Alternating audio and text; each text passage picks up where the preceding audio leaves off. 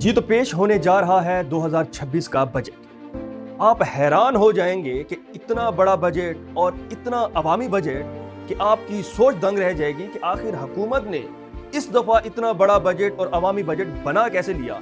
अवाम calculators लेकर घूम रही है कि आखिर इतना सारा पैसा किस तरह से काउंट किया जाएगा और ये पैसा अवाम को कैसे मिलेगा। इस पर बात करते हैं 2026 का बजट।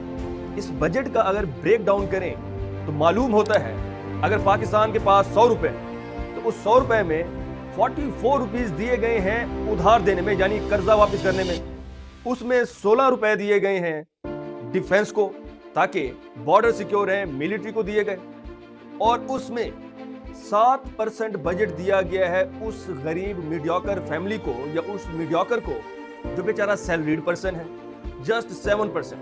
और अगर हम बात करें एजुकेशन की तो जस्ट 25 पैसा एजुकेशन को बजट दिया गया है, और हेल्थ पर बात करें तो 28 पैसे दिए गए हैं। और अगर क्लाइमेट पर बात करें, मौसम पर बात करें, मौसमियाती बजट क्या है तो सिर्फ 1 पैसा। ये जानते हुए कि हर साल आपके मुल्क में फ्लड आता है, 2022 का फ्लड $30 बिलियन का आपको लॉस हुआ। ये IMF और वर्ल्ड बैंक की रिपोर्ट है कि आपको $30 बिलियन का लॉस हुआ 2022 के फ्लड से, और उसमें 30 लाख लोग इफेक्ट हुए। इसके अलावा 3.2 मिलियन एकड़ फीट आपकी एग्रीकल्चर भी तबाह हुई, तकरीबन 1000 लोग मरे और आपकी मवेशी भी उसमें इफेक्ट हुई। ये जानते हुए कि Pakistan is the 4th vulnerable state to the climate change, तो फिर 1 पैसा देकर यानी 0.01% आप दे रहे हैं बजट में क्लाइमेट पर। तो how will Pakistan become climatic resilient state? How Pakistan will defeat climate? ये किस तरह से मिटिगेशन होगी, किस तरह से एलिमिनेशन होगी, ये समझ से बाहर है। फिर पाकिस्तान की हुकूमत कहती है हमारी जो यूथ है हमारा फ्यूचर है, और एजुकेशन पर जस्ट दिए गए हैं 25 पैसे।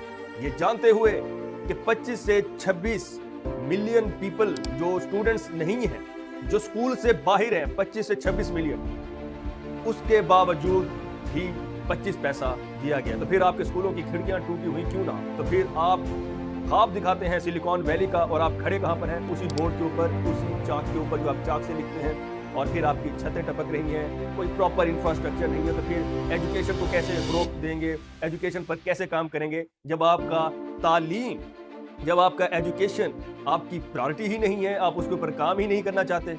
और फिर 28 पैसे यानी 0.28% आपने बजट दिया हेल्थ के ऊपर। फार्मेसीज पर आप दवाइयाँ लेने जाएं तो वो कहते हैं पहले किडनी बेच कर आओ या प्लॉट बेच कर आओ, तो फिर आपको ये दवाई इस तरह का ऑपरेशन होगा।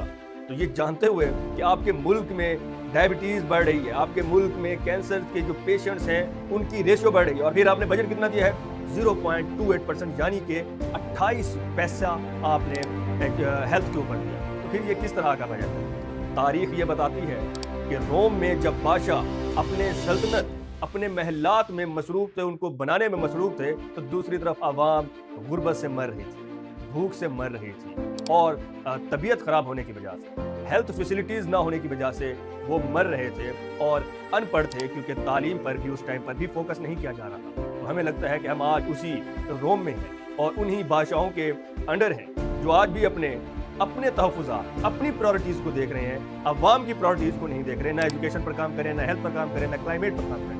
तो इतना बड़ा बजट देखकर आप हैरान हो जाएंगे, जो कि बिल्कुल भी पीपल सेंट्रिक नहीं है। जमहूरियत में, डेमोक्रेटिक स्टेट में रहते हुए अवाम के राइट्स को एक्सप्लॉइट किया जा रहा।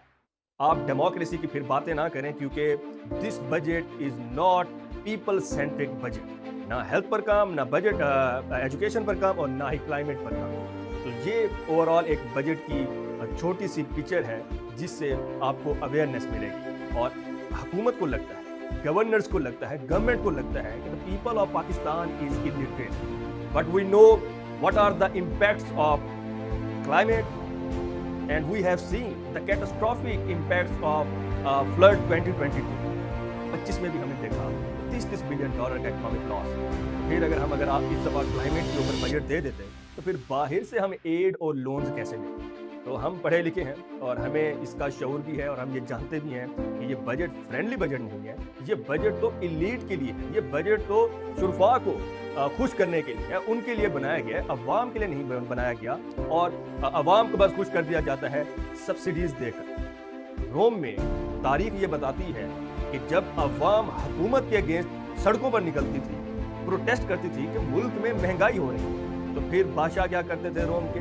وہ کہتے تھے کہ ان کو فری کھانا دیں تاکہ یہ چپ ہو جائے, روٹی فری کر. اور آج بھی یہی ہو رہا ہے. اگر پیٹرول مہنگا ہوتا ہے تو یہ پھر پیٹرول پہ سبسڈی دے کر عوام کو چپ کرا دیتے ہیں.